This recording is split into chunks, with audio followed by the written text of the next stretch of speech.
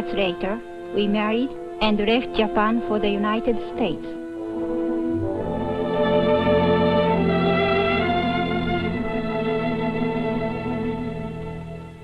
On the day our plane landed in Cleveland, Walter's hometown, I was nervous and worried about meeting his family.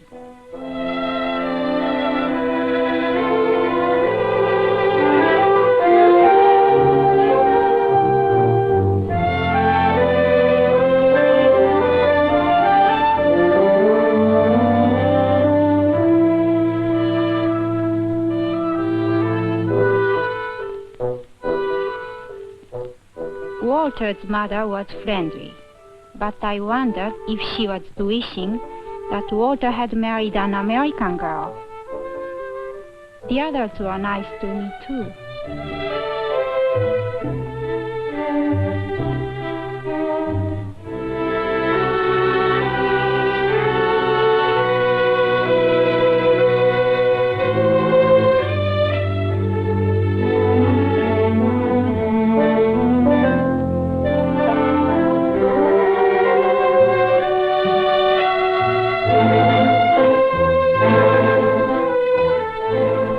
Then I had my first look at Cleveland, Ohio, the city which was to be my new home.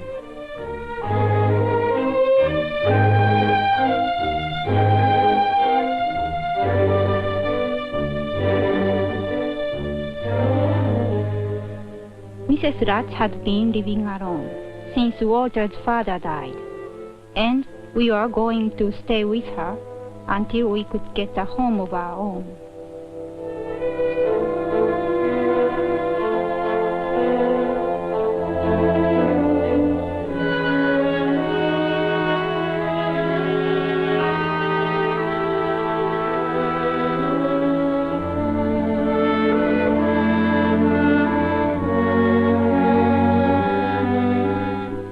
As I looked around me, I was frightened. In this house, I would have to face a new life, very different from the one we had known in Japan.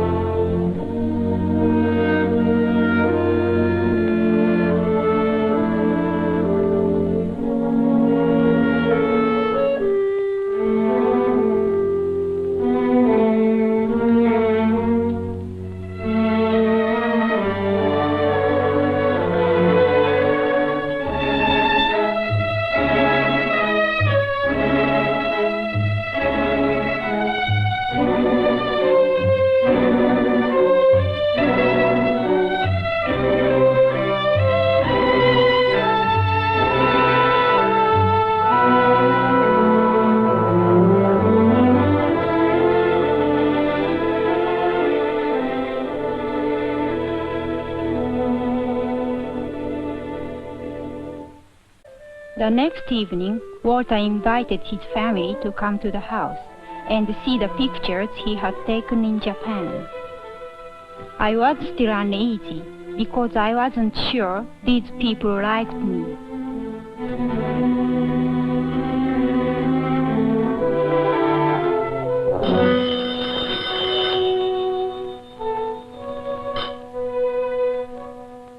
Something unpleasant happened to me that night.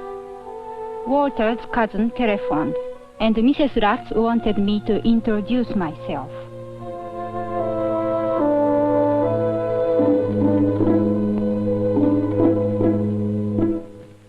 English was hard for me then, especially on the telephone. And what I expected happened. I couldn't understand a word. I knew there was no reason to be upset, but I felt stupid and ashamed.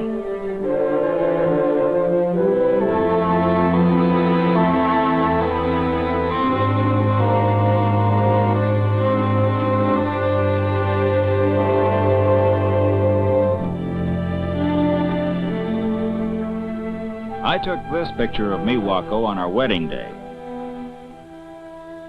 This is Miwako's hometown, where we met. And this is her mother. Miwako took this picture of me near Mount Fuji.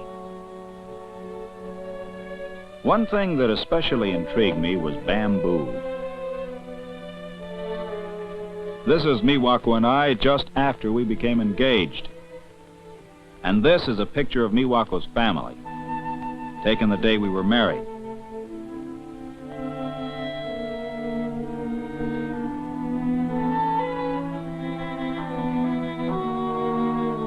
The picture show was almost like introducing Miwako's family to my own.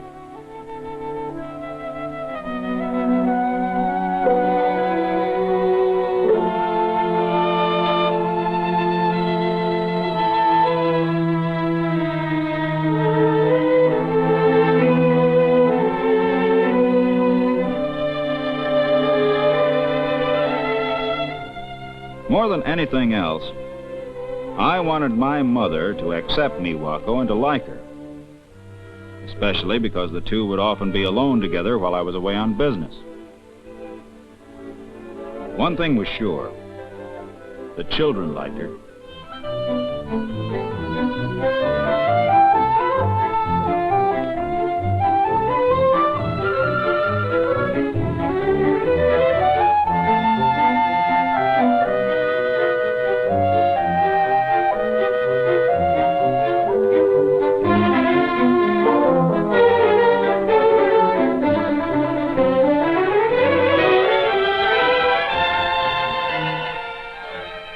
I could see Miwako was relaxed and happy.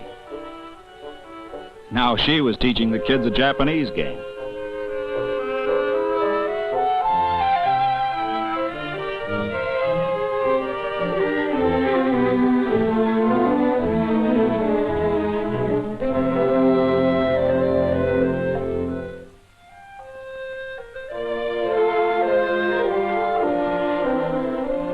The next day, I introduced Miwako to my town.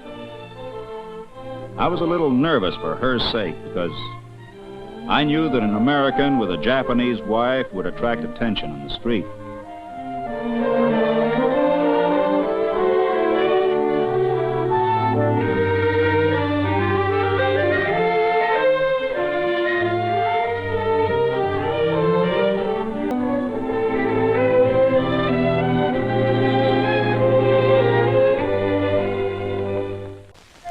The day came, 2 weeks later, when Walter had to go away on business.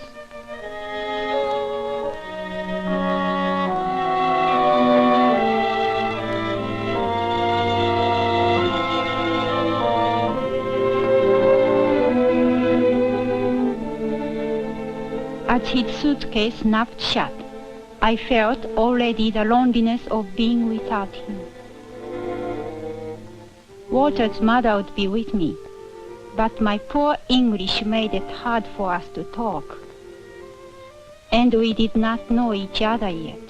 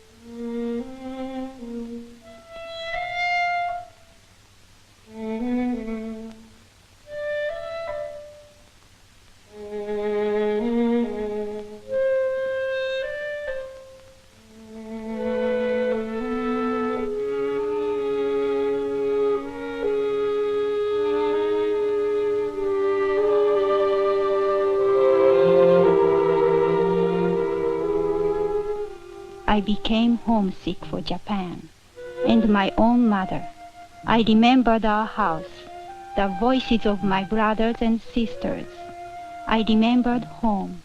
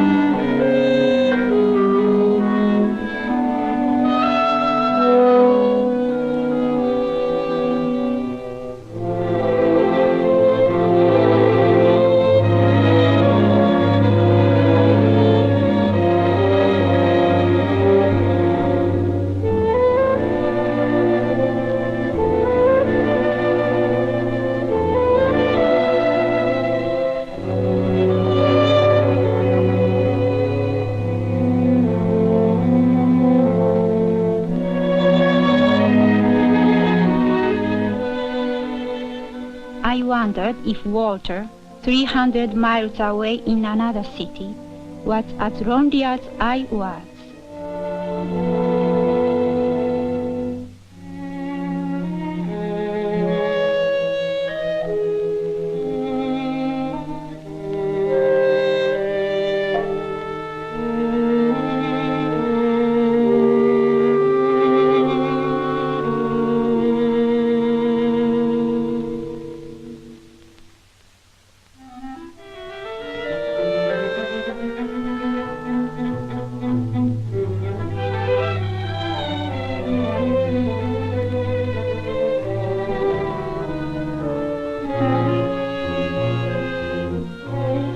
When my trip was over and I came home, I could hardly wait to see Miwako.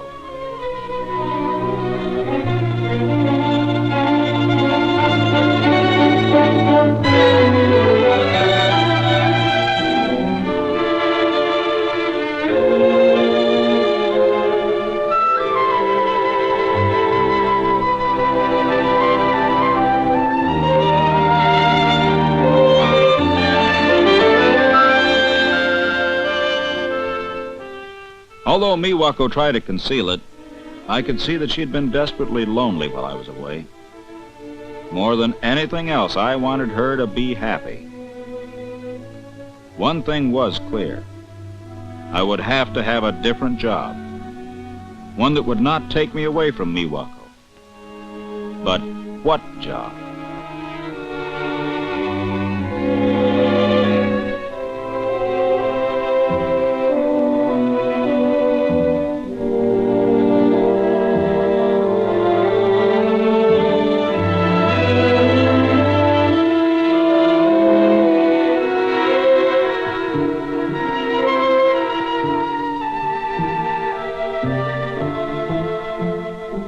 These bamboo carvings seem so simple. Maybe we could even make them ourselves.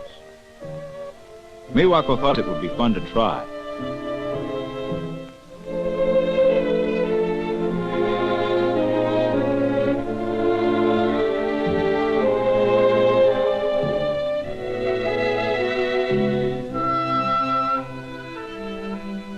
That night, Miwako wrote to her brother asking him to send us some raw bamboo.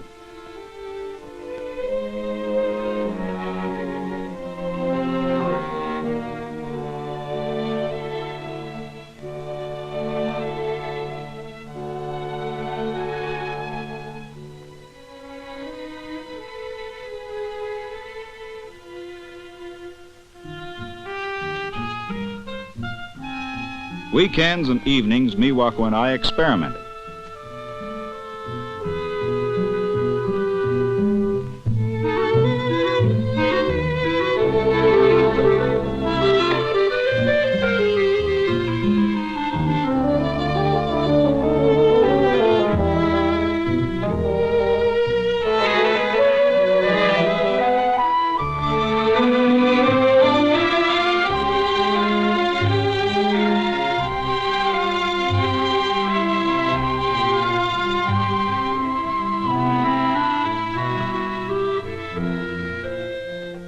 Little by little, we improved on our first crude attempts.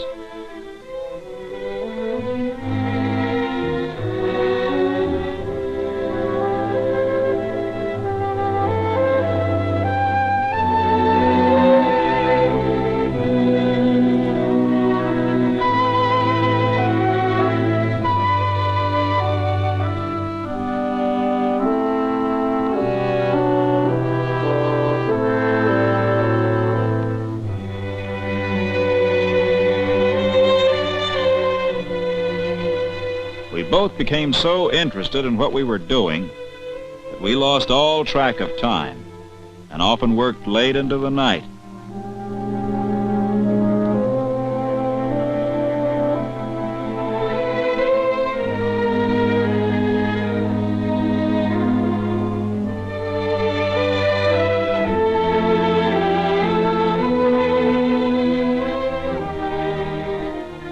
Finally, we were so pleased with our work that I decided it might be saleable. A friend of ours owned a small house furnishing store and had offered to try selling the things for us.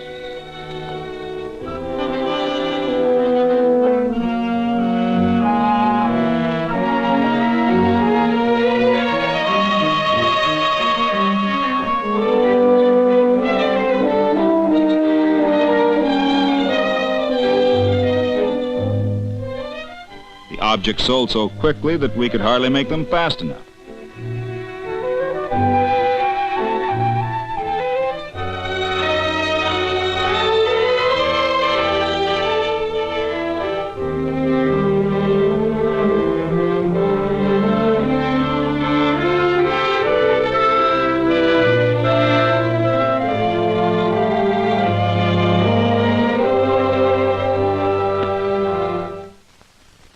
Not long after, I was to go on another business trip.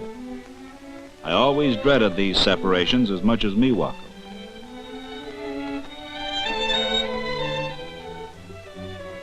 Just before I left, my mother handed me a letter.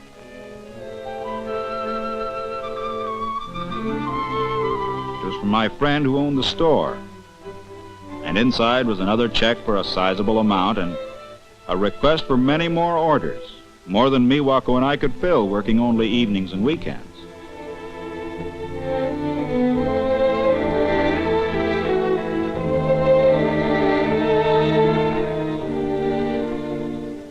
I never went on that trip. But then and there, I made up my mind to quit my job and go into the bamboo business. I had some savings, and so we decided to open a store.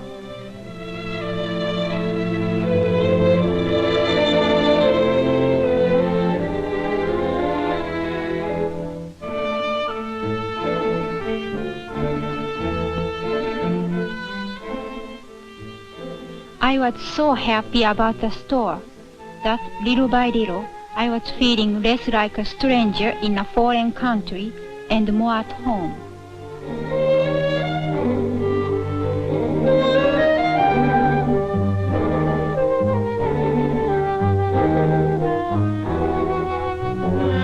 And then the telephone rang.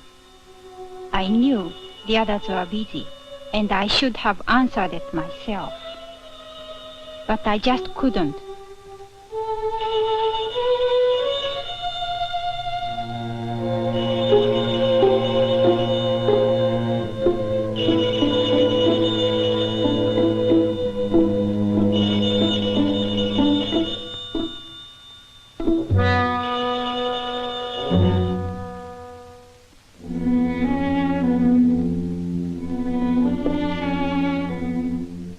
They'd hung up.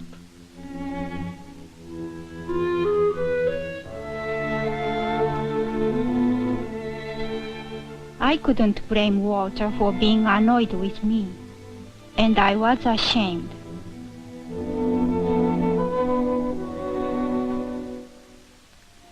I decided to do something about this, so I joined a class at YWCA, where I could improve my English.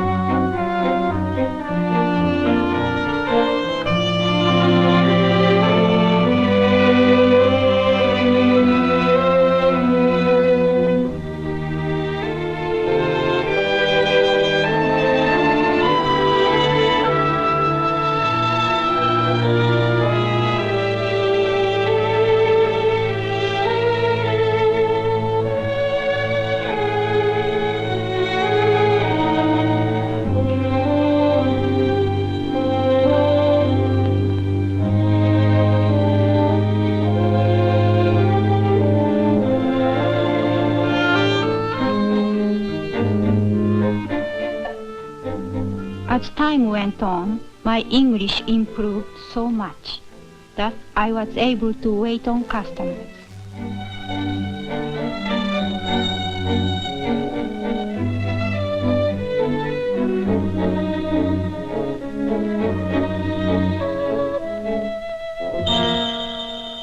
But I was still afraid of the telephone.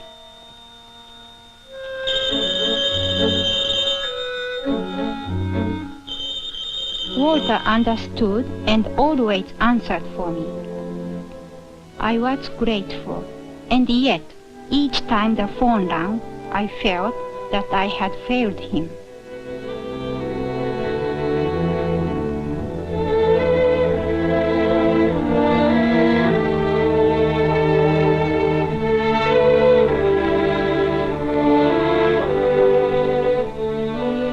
It was after our regular closing time, and Walter was anxious for us to get home. We had both been working very hard ever since the opening of the store. The next day was a Sunday, and we were going to go on a picnic. We thought a day in the country would do us both good.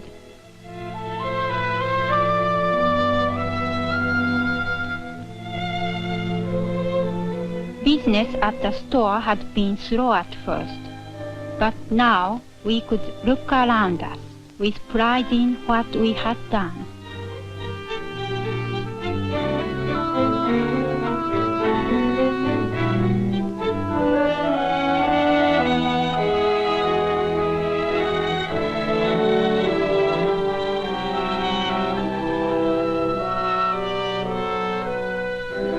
We were together, and our future seemed good.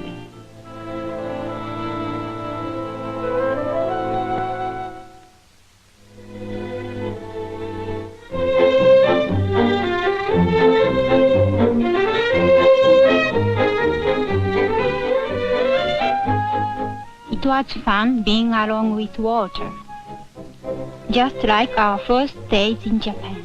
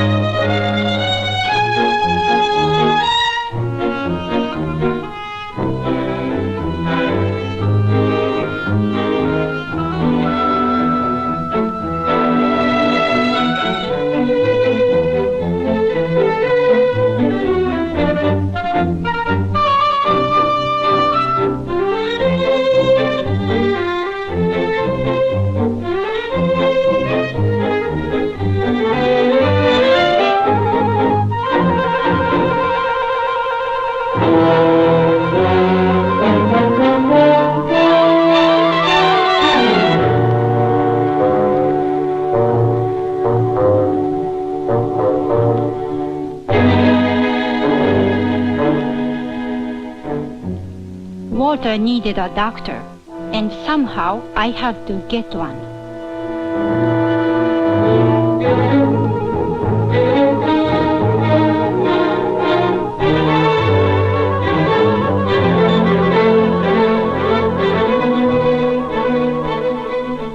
I had no choice now. At that moment, the telephone became my friend instead of my enemy.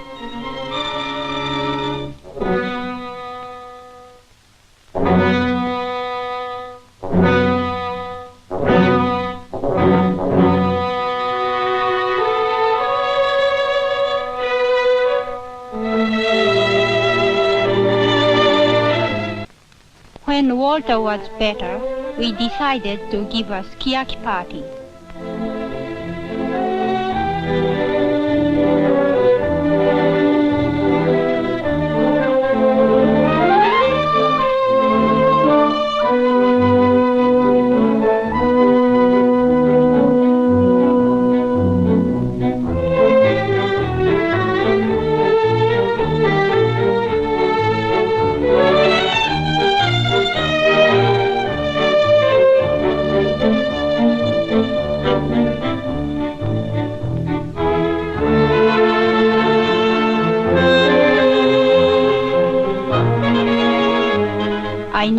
never wondered whether I was liked.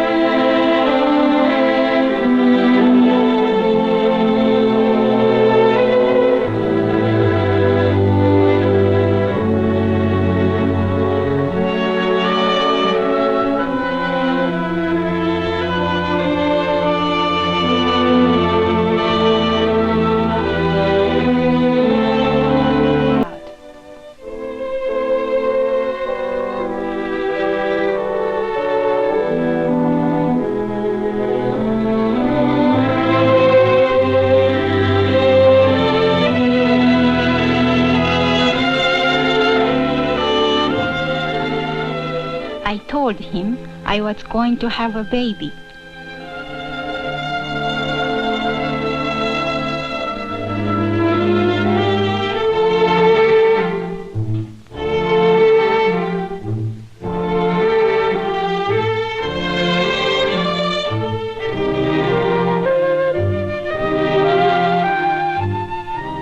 But that was just a beginning.